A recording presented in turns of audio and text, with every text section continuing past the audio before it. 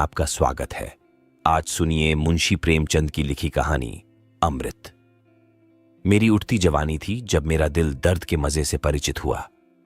कुछ दिनों तक शायरी का अभ्यास करता रहा और धीरे धीरे इस शौक ने तल्लीनता का रूप ले लिया।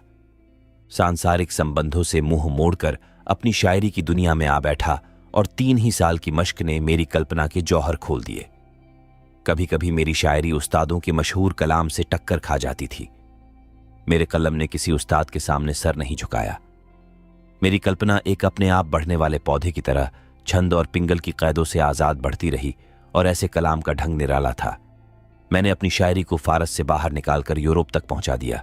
यह मेरा अपना रंग था। इस मैदान में न मेरा कोई प्रतिद्वंद्वी था, न बराबरी करने वाला। बावजूद इस शायरों जैसी तल्लीनता के मुझे मुशायरों की वाह वाह और सुभान अल्लाह से नफरत थी। हां, काव्य रसिकों से बिना अपना नाम बताए हुए अक्सर अपनी शायरी की अच्छाइयों और बुराइयों पर बहस किया करता। तो मुझे शायरी का दावा न था, मगर धीरे धीरे मेरी शोहरत होने लगी और जब मेरी मसनवी दुनियाए हुस्न प्रकाशित हुई तो साहित्य की दुनिया में हलचल सी मच गई।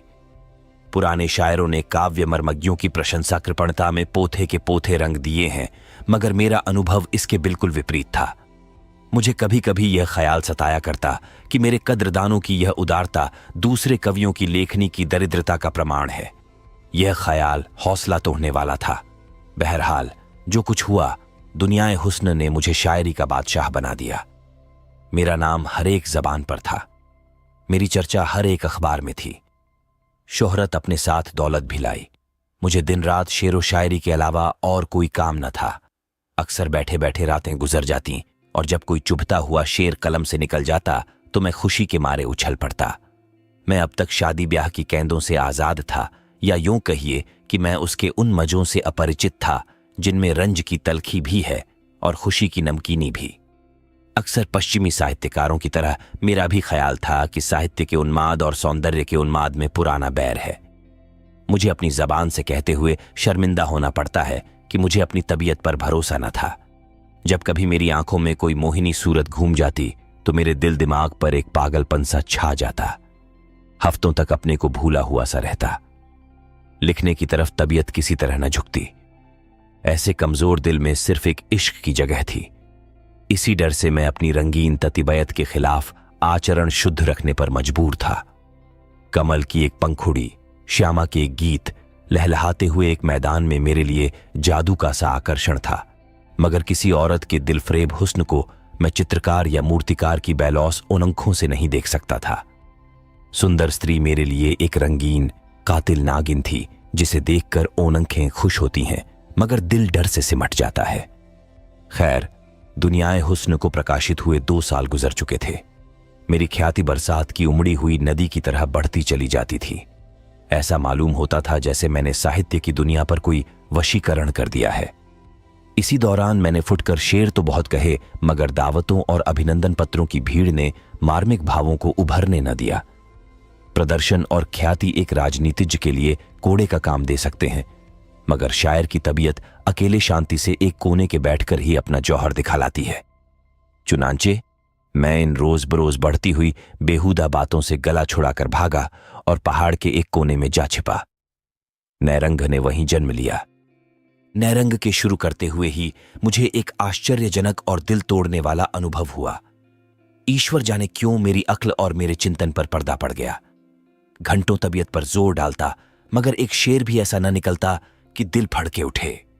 सूझते भी तो दरिद्र पिटे हुए विषय जिनसे मेरी आत्मा भागती थी।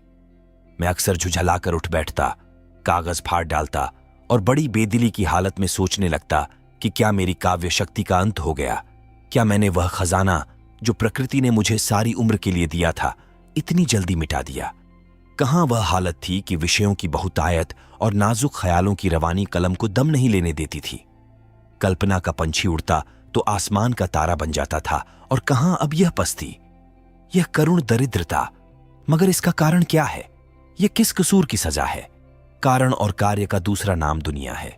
जब तक हमको क्यों का जवाब न मिले, दिल को किसी तरह सब्र नहीं होता। यहां तक कि मौत को भी इस क्यों का जवाब देना पड़ता है। आखिर मैंने एक डॉक्टर से सलाह ली। उसने आम डॉक्टरों की तरह आब हवा बदलने की सलाह दी। मेरी अक्ल में भी यह बात आई कि मुमकिन है नैनीताल की ठंडी आब हवा से शायरी की आग ठंडी पड़ गई हो। 6 महीने तक लगातार घूमता फिरता रहा, अनेक आकर्षक दृश्य देखे, मगर उनसे आत्मा पर वह शायराना कैफियत न छाती थी कि प्याला छलक पड़े और खामोश कल्पना खुद ब खुद चहकने लगे। मुझे अपना खोया हुआ लाल न मिला। अब मैं जिंदगी से तंग था। जिंदगी अब मुझे सूखे रेगिस्तान जैसी मालूम होती, जहां कोई जान नहीं, ताजगी नहीं, दिलचस्पी नहीं। हरदम दिल पर एक मायूसी सी छाई रहती और दिल खोया खोया रहता। दिल में यह सवाल पैदा होता कि क्या वह 4 दिन की चांदनी खत्म हो गई और अंधेरा पांख आ गया। आदमी की संगत से बेजार, हम जिन्स की सूरत से नफरत, मैं एक गुमनाम कोने में पड़ा हुआ जिंदगी के दिन पूरे कर रहा था। पेड़ों की चोटियों पर बैठने वाली, मीठे राग गाने वाली चिड़िया क्या पिंजरे में जिंदा रह सकती है? मुमकिन है कि वह दाना खाए, पानी पिए, मगर उसकी इस जिंदगी और मौत में कोई फर्क नहीं है। आखिर जब मुझे अपनी शायरी के लौटने की कोई उम्मीद नहीं रही, तो मेरे दिल में यह इरादा पक्का हो गया कि अब मेरे लिए शायरी की दुनिया से मर जाना ही बेहतर होगा।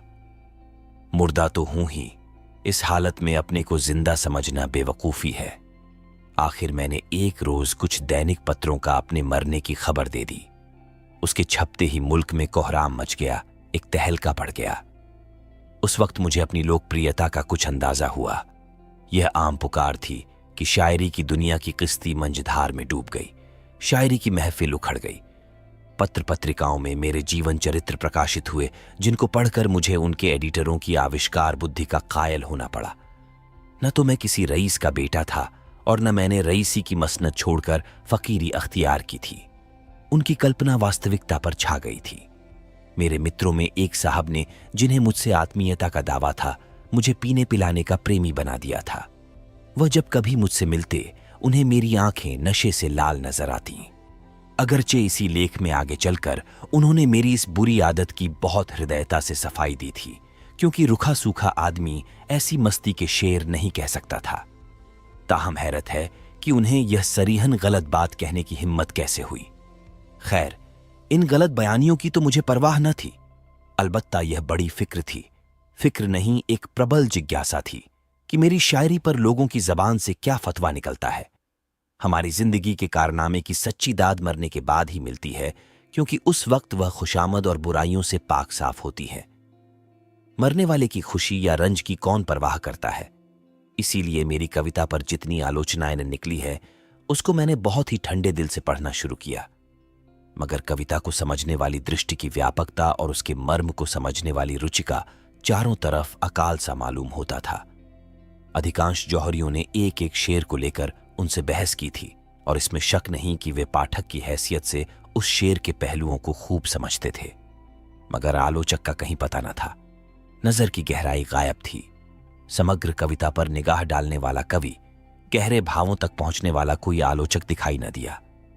एक रोज मैं प्रेतों की दुनिया से निकलकर घूमता हुआ अजमेर की पब्लिक लाइब्रेरी में जा पहुंचा। दोपहर का वक्त था। मैंने मेज पर झुककर देखा कि कोई नई रचना हाथ आ जाए तो दिल बहलाऊं। यकायक मेरी निगाह एक सुंदर पत्र की तरफ गई, जिसका नाम था कलामे अख्तर। जैसे भोला बच्चा खिलौने की तरफ लपकता है, उसी तरह झपटकर मैंने उस किताब को उठा लिया। उसकी लेखिका मिस आयशा आरिफ थीं। दिलचस्पी और भी ज्यादा हुई। मैं इत्मीनान से बैठकर उस किताब को पढ़ने लगा। एक ही पन्ना पढ़ने के बाद दिलचस्पी ने बेताबी की सूरत अख्तियार की। फिर तो मैं बेसुधी की दुनिया में पहुंच गया। मेरे सामने गोया सूक्ष्म अर्थों की एक नदी लहरें मार रही थी। कल्पना की उठान, रुचि की स्वच्छता, भाषा की नरमी। काव्य दृष्टि ऐसी थी कि हृदय धन्य धन्य हो उठता था। मैं एक पैराग्राफ पढ़ता, फिर विचार की ताजगी से प्रभावित होकर एक लंबी सांस लेता और तब सोचने लगता, इस किताब को सरसरी तौर पर पढ़ना असंभव था। यह औरत थी या सुरुचि की देवी। उसके इशारों से मेरा कलाम बहुत कम बचा था, मगर जहां उसने मुझे दाद दी थी, वहां सच्चाई के मोती बरसा दिए थे। उसके ऐतराजों में हमदर्दी और प्रशंसा में भक्ति था। शायर के कलाम को दोषों की दृष्टियों से नहीं देखना चाहिए। उसने क्या नहीं किया, ये ठीक कसौटी नहीं। बस यही जी चाहता था कि लेखिका के हाथ और कलम चूम लूं। सफीर भोपाल के दफ्तर से एक पत्रिका प्रकाशित हुई थी। मेरा पक्का इरादा हो गया। तीसरे दिन शाम के वक्त मैं मिस आयशा के खूबसूरत बंगले के सामने हरी हरी घास पर टहल रहा था। मैं नौकरानी के साथ एक कमरे में दाखिल हुआ। उसकी सजावट बहुत सादी थी। पहली चीज पर निगाहें पड़ी वह मेरी तस्वीर थी जो दीवार पर लटक रही थी। सामने एक आईना रखा हुआ था। मैंने खुदा जाने क्यों उसमें अपनी सूरत देखी। मेरा चेहरा पीला और कुम्हलाया हुआ था, बाल उलझे हुए, कपड़ों पर गर्द की एक मोटी तह जमी हुई, परेशानी की जिंदा तस्वीर थी। उस वक्त मुझे अपनी बुरी शक्ल पर सख्त शर्मिंदगी हुई।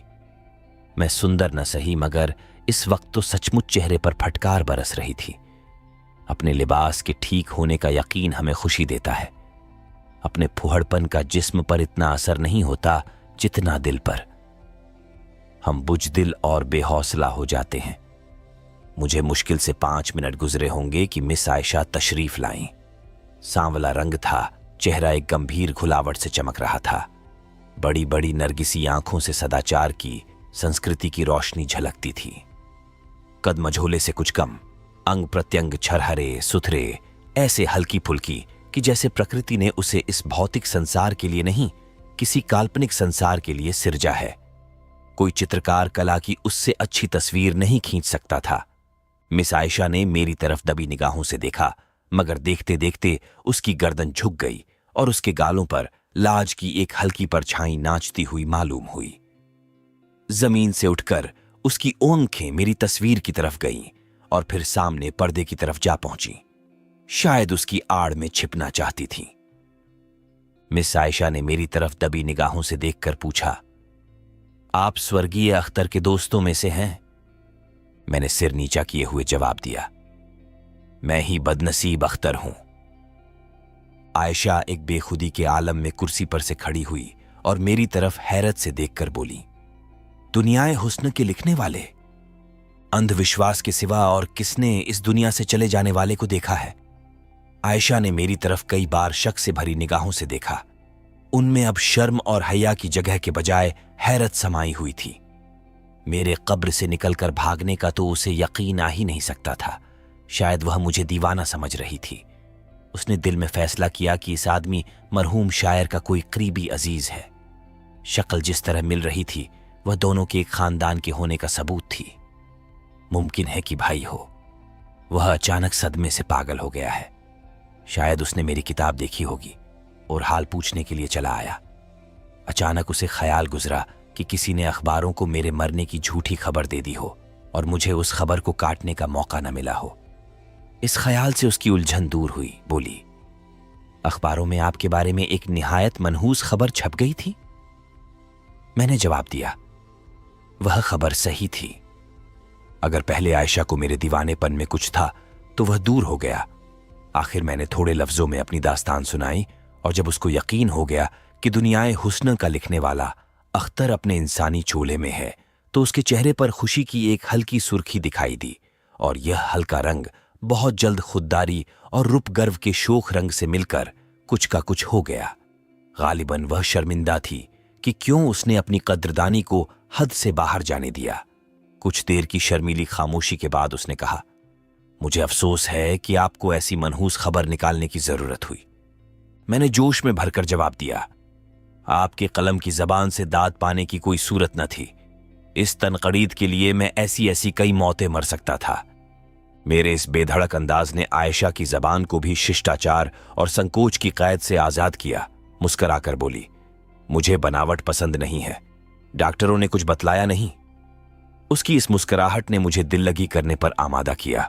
बोला, अब मसीहा के सिवा इस मर्ज का इलाज और किसी के हाथ नहीं हो सकता। आयशा इशारा समझ गई, हंसकर बोली, मसीहा चौथे आसमान पर रहते हैं। मेरी हिम्मत ने अब और कदम बढ़ाए। रूहों की दुनिया से चौथा आसमान बहुत दूर नहीं है। आयशा के खिले हुए चेहरे से संजीदगी और अजनबियत का हल्का रंग उड़ गया। ताहम मेरे इन बेधड़क इशारों को हद से बढ़ते देखकर उसे मेरी जबान पर रोक लगाने के लिए किसी कदर खुददारी बरतनी पड़ी। जब मैं कोई घंटे भर के बाद उस कमरे से निकला तो बजाय इसके कि वह मेरी तरफ अपनी अंग्रेजी तहजीब के मुताबिक हाथ बढ़ाए, उसने चोरी चोरी मेरी तरफ देखा। फैला हुआ पानी जब सिमटकर किसी जगह से निकलता है तो उसका बहाव तेज और ताकत कई गुना ज्यादा हो जाती है। आयशा की उन निगाहों में असमत की तासीर थी। उनमें दिल मुस्कराता था और जज्बा नाचता था। उनमें मेरे लिए दावत का एक पुरजोर पैगाम भरा हुआ था। जब मैं मुस्लिम होटल में पहुंचकर इन वाकयात पर गौर करने लगा तो मैं इस नतीजे पर पहुंचा कि गो मैं ऊपर से देखने पर यहां अब तक अपरिचित था, लेकिन भीतरी तौर पर शायद मैं उसके दिल के कोने तक पहुंच चुका था। जब मैं खाना खाकर पलंग पर लेटा तो बावजूद 2 दिन रात भर जागने की नींद आंखों से कोसों दूर थी। जज्बात की कशमकश में नींद कहूं, आयशा की सूरत, उसकी खातिरदारियों और उसकी वह छिपी छिपी निगाह दिल में एक सांसों का तूफान सा बरपा रही थी। उस आखिरी निगाह ने दिल में तमन्नाओं की रुमधूम मचा दी। वह आरजुएं जो बहुत अरसा हुआ मर मिटी थीं, फिर जाग उठीं और आरजुओं के साथ कल्पना ने भी मुंदी हुई आंखें खोल दीं। दिल में जज्बात और कैफियत का एक बेचैन करने वाला जोश महसूस हुआ। यही आरजुएं, यही बेचैनियां और यही कोशिशें कल्पना के दीपक के लिए तेल हैं। जज्बात की हरारत ने कल्पना को गरमाया। मैं कलम लेकर बैठ गया और एक ऐसी नज़म लिखी जिसे मैं अपनी सबसे शानदार दौलत समझता हूं। मैं एक होटल में रह रहा था, मगर किसी न किसी हीले से दिन में कम से कम एक बार जरूर उसके दर्शन का आनंद उठाता। गो आयशा ने कभी मेरे यहां तक आने की तकलीफ नहीं की, तो भी मुझे यह यकीन करने के लिए शहादतों की जरूरत न थी कि वहां किस कदर सरगर्मी से मेरा इंतजार किया जाता था। मेरे कदमों की पहचानी हुई आहटें पाते ही उसका चेहरा कैसे कमल की तरह खिल जाता था और आंखों से कामना की किरणें निकलने लगती थीं। यहां 6 महीने गुजर गए। इस जमाने को मेरी जिंदगी की बहार समझना चाहिए। मुझे वह दिन भी याद है जब मैं आरजुओं और हसरतों के गम से आजाद था, मगर दरिया की शांतिपूर्ण रवानी में थिरकती हुई लहरों की बहार कहां। अब अगर मोहब्बत का दर्द था तो उसका प्राणदायी मजा भी था। अगर आरजुओं की घुलावट थी तो उनकी उमंग भी थी। मेरी यह प्यासी आंखें उस रूप के स्रोत से किसी तरह तप्त न होती। जब मैं अपनी नशे में डूबी हुई आंखों से उसे देखता तो मुझे एक आत्मिक तरावट सी महसूस होती। मैं उसके दीदार के नशे से बेसुध सा हो जाता और मेरी रचना शक्ति का तो कुछ हद हिसाब न था। ऐसा मालूम होता था कि जैसे दिल में मीठे भावों का सोता खुल गया था।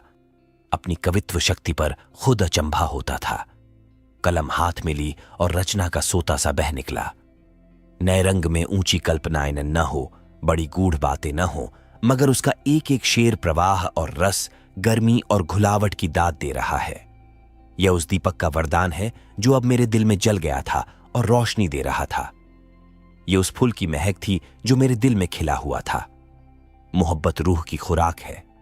यह अमृत की बूंद है जो मरे हुए भावों को जिंदा कर देती है। मोहब्बत आत्मिक वरदान है। यह जिंदगी की सबसे पाक, सबसे ऊंची मुबारक बरकत है। यही अक्सीर थी जिसकी अनजाने ही मुझे तलाश थी। वह रात कभी नहीं भूलेगी जब आयशा दुल्हन बनी हुई मेरे घर में आई। नए रंग उसकी मुबारक जिंदगी की यादगार है। दुनियाए हुस्न एक कली थी, नए रंग खिला हुआ फूल है, और उस कली को खिलाने वाली कौन सी चीज है? वही जिसकी मुझे अनजाने ही तलाश थी और जिसे मैं अब पा गया था। आप सुन रहे थे मुंशी प्रेमचंद की लिखी कहानी अमृत।